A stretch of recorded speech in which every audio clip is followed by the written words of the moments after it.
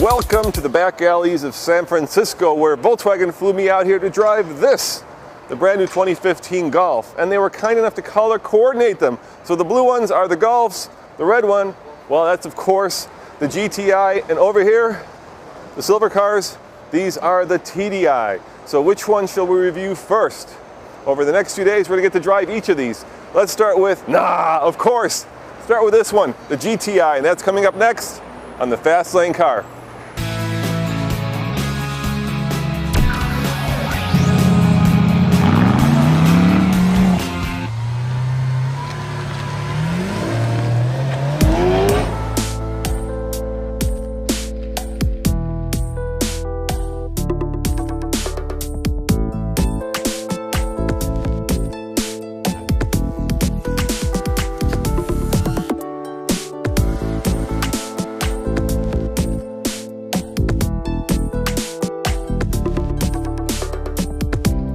From a design standpoint, the Mk7 Golf GTI is more evolutionary than revolutionary. What I mean by that is when you compare it to competitors like the Subaru WRX or even the Focus ST, where's the hood scoop? Where's the fender flare? Where's the huge wing? But let's face it, the GTI has always been more of a gentleman's hot hatch.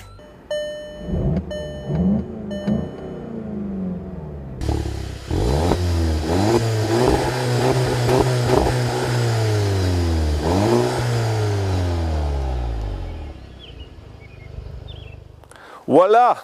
There it is, the heart of the beast. A 2-liter direct injected 4-cylinder that puts out 210 horsepower and get this, 258 pound-foot of torque.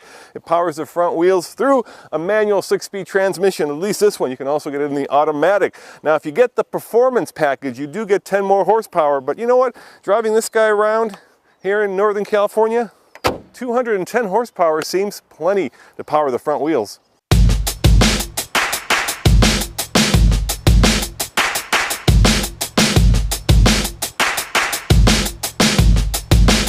Inside, it's everything you'd expect from a Volkswagen, and what I mean by that is the controls are straightforward, they're exactly where you expect them to be, everything is easy to understand, the steering wheel is nice and thick. Volkswagen says that this Mk7 GTI is faster, bigger, and better. And you know what, by touching the interior, by kind of seat of the pant feel, I have to agree.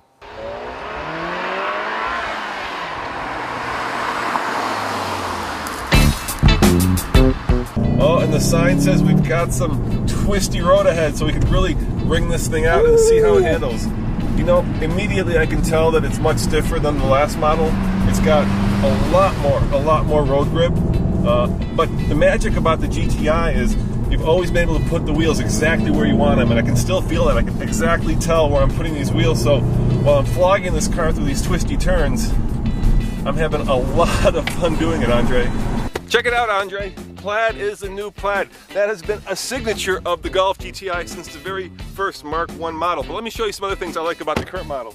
Over here, this big VW badge. I love this. Look at that. That's how you open this hatch, which has now more room behind the rear seats. I know this has been around a while, but I'm still thrilled. Call me easily entertained. Best of all, check out this cap on the fuel filler. Normally these are square around. This thing looks like it's moving even when it's standing still. And perhaps best of all, check out these wheels, tires, and brakes. Vented rear discs with big, bold red brake calipers. This seriously says, I am fast. And 225 R18 on summer tires. These are gonna be really good here in California and really bad in the snow. So let's hope we get this car before the snow starts falling again in Colorado so we can put it through a full racetrack loop.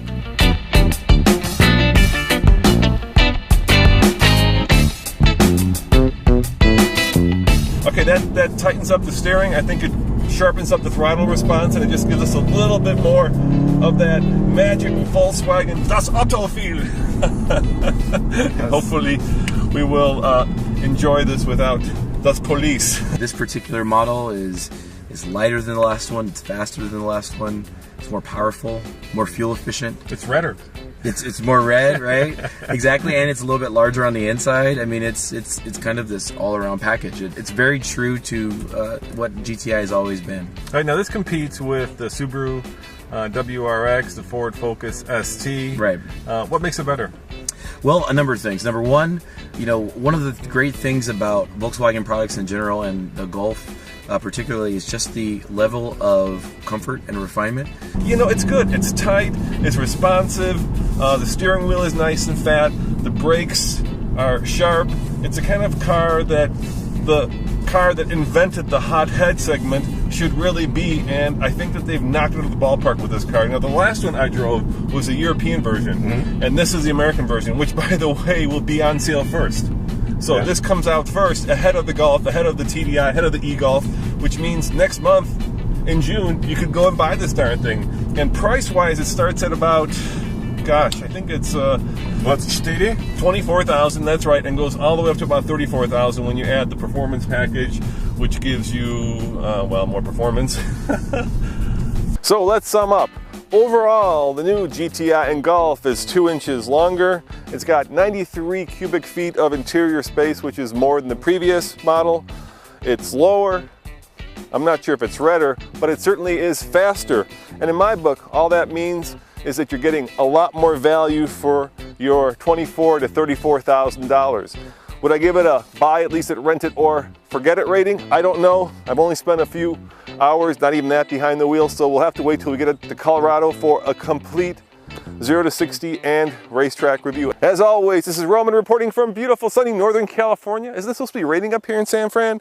Anyway, check out tflcar.com for more news, views, and reviews. And remember, subscribe for a new car video. You know it, every day. Ciao.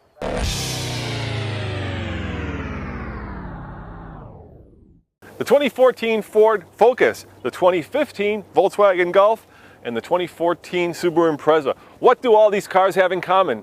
Yes, they are all compact, they are all entry-level, and they all compete against each other. And the Volkswagen is the newest member in this very popular class. And this comparison is coming up next on the Fast Lane Cars.